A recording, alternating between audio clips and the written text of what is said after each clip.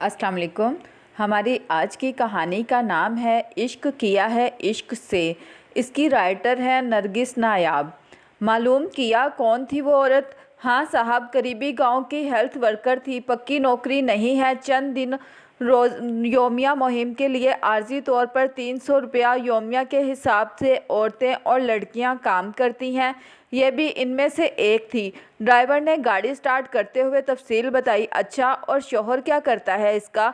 Driver इस अल्तफाफात पर खिला जा रहा था कि आज पहली बार इसका साहब चलो और रुको से हटकर बात कर रहा था। साहब इसका शोहर था तो जागीरदार आदमी, लेकिन शादी के कुछ माह बाद ही छोड़ चुका था। इसे हवेली से निकाली गई थी तो माँ बाप के पास भी ना गई।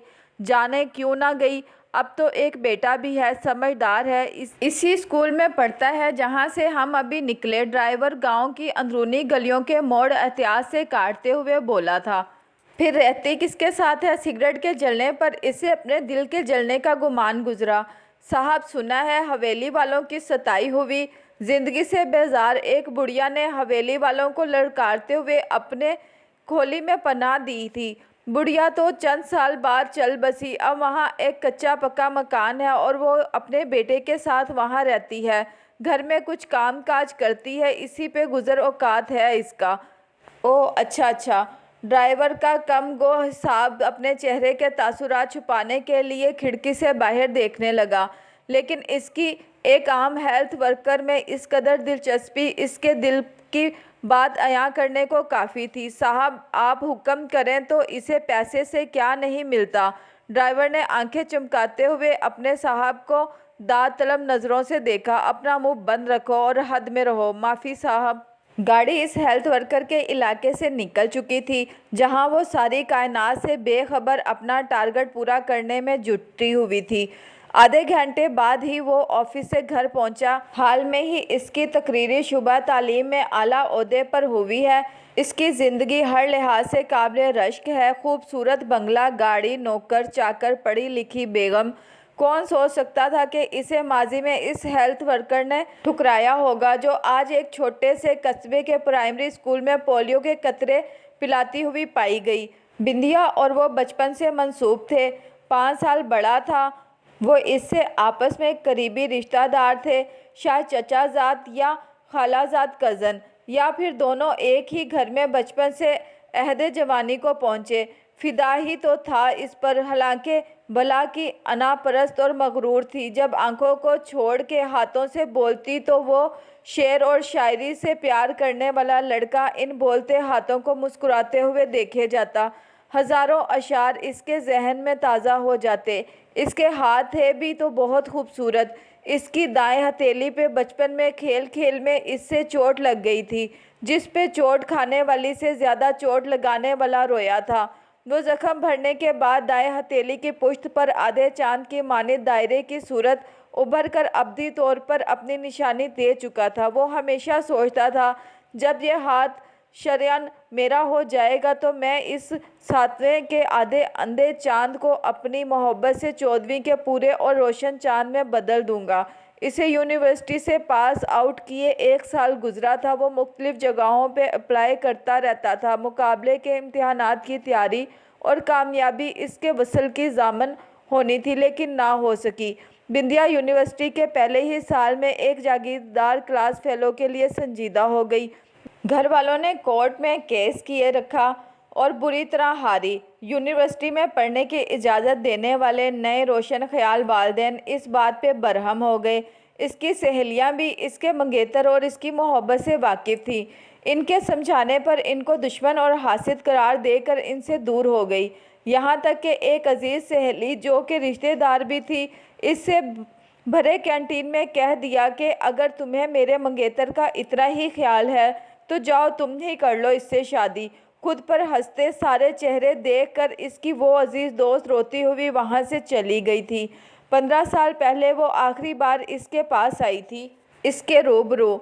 मैं तुम्हारे साथ शादी कभी नहीं करूँगी। समझाते क्यों नहीं सबको? اس کی خوبصورت آنکھوں سے نفرت جھانک رہی تھی، اس کے نتنے پھول اور پچک رہے تھے، اس کی چاند ہتھیلی دوسرے ہاتھ میں جکڑی ہوئی تھی۔ یار، تمہارے جیسی خوبصورت پری مجھے کہاں سے ملے گی؟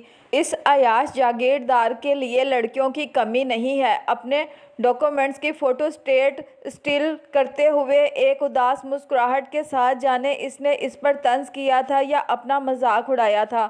خبردار، اس کے خلاف میں ایک لفظ نہیں سنوں گی۔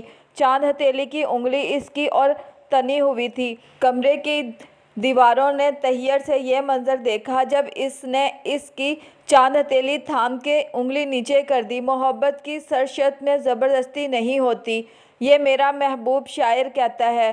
سو رسوائی مبارک ہو تمہیں، خدا کرے مجھے کہیں بھی کبھی بھی نظر نہ آؤ، اور اگر نظر آ بھی جاؤ تو بہت ہی خوش و خرم نظر آؤ۔ اب جاؤ۔ اور پھر وہ ایسی گئی کہ کسی کو نظر نہ آئی۔ وہ کہہ رہا ہے، آج اسے ایک معمولی ہیلتھ ورکر کے روپ میں دیکھ آیا ہے، ایک چھوٹے قصبے کے چھوٹے سے پرائمری اسکول کے وزٹ کے دوران جیسے ہی وہ اور اس کے ماتحت اور اسکول کا منظم مچھلی مارکیٹ بنی چھوٹے بچوں کی کلاس میں داخل ہوئے۔